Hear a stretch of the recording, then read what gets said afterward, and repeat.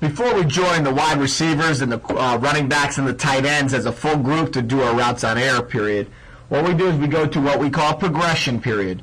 Here in the progressions, we have the quarterbacks work with one or two guys, whether it be kickers or whether it be receivers available during this period, and go through the quarterback's progressions. Here the quarterback is going through what we call a sweep the board read, where he's starting on his right over here and trying to hit a stick route over here, and then we have that stick route either defended or not to cause the quarterback to either catch and throw to the stick, or in this case here, catch, look at the stick, not there, complete his drop, take 3 more steps, keep a nice wide base, have a slight hitch, and throw it to the outside under.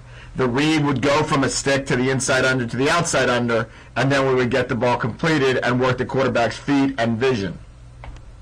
The next one in the progression is what of that day in particular would be the concept of mills. Mills, we're working 1 to the tight end, we're working 2 to the X on a hook, and then we're working 3 to the back in a check burst. In this case here, the quarterback's reading it based on the hands of the receiver. The coach can stand back here 10 yards behind the quarterback, as you can see in this picture right here, and the coach would indicate a 1, a 2, or a 3 with his hands. If he gives a 1, the first guy, the number 1 receiver in the read, would stick his hands up immediately so the quarterback can time it out properly. The next example is the coach puts a number 2 up, so now the quarterback comes back, drops back, looks to see if number 1 is open. Number 1 does not flash his hand, so the assumption is he's not open. So then the quarterback finds himself number 2 in the progression. The final part of the Fox 2 Mills is now will the coach give a 3? If that's the case, then that means the quarterback drops back. He looks for number 1. Number 1 is not open. Looks for number 2. Number 2 is not open. And on his second hitch, now he finds number 3, which is the back on a check burst.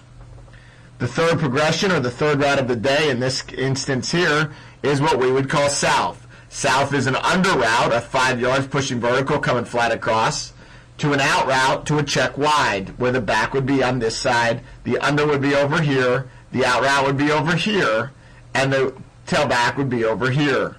The quarterback would stand there, or the coach would stand there and let him know whether or not it would be 1, 2, or 3 getting the ball. Here we tell him, don't put your hands up, find the check wide, and go. Quarterback knows that if the under is not there, the check wide has to be, so he delivers him the ball. Here in this final case, we've now incorporated a third member in the drill. Now we've added another defensive player, whether he be a kicker, a punter, or a quarterback available, and we tell him to read this out. And it is his job to either take away the under or the out. Whoever he takes away, the quarterback needs to set his feet and be ready to throw that. If he took away the out route, the quarterback might throw this on the plant.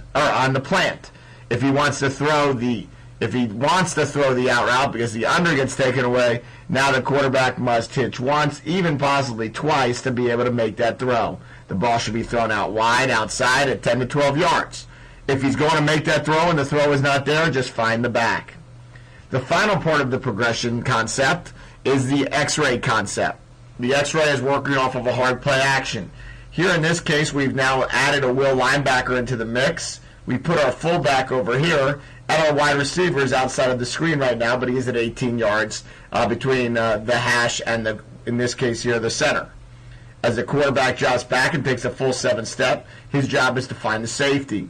If he feels that the will linebacker then has entered the rush and is not affecting the throw at all, now we have our X standing here at an 18 yards depth, waiting for the football to come his way.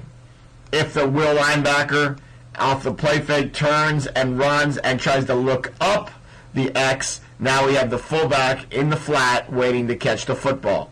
Here you can see a good example of now this will linebacker here does not take the cheese. He backs up and eliminates the opportunity to throw it to the X, because our saying here at the University of Miami is don't ever fight zone dropping linebackers. If you have a linebacker that goes 8 to 10 yards deep, no reason to try to throw over him, just throw around him to the first available running back on either side. In this case here, the fullback's available on a bloody flat, and who knows how many yards we can get. We work these progressions in order to get ready for the next phase of our program, the routes on air period.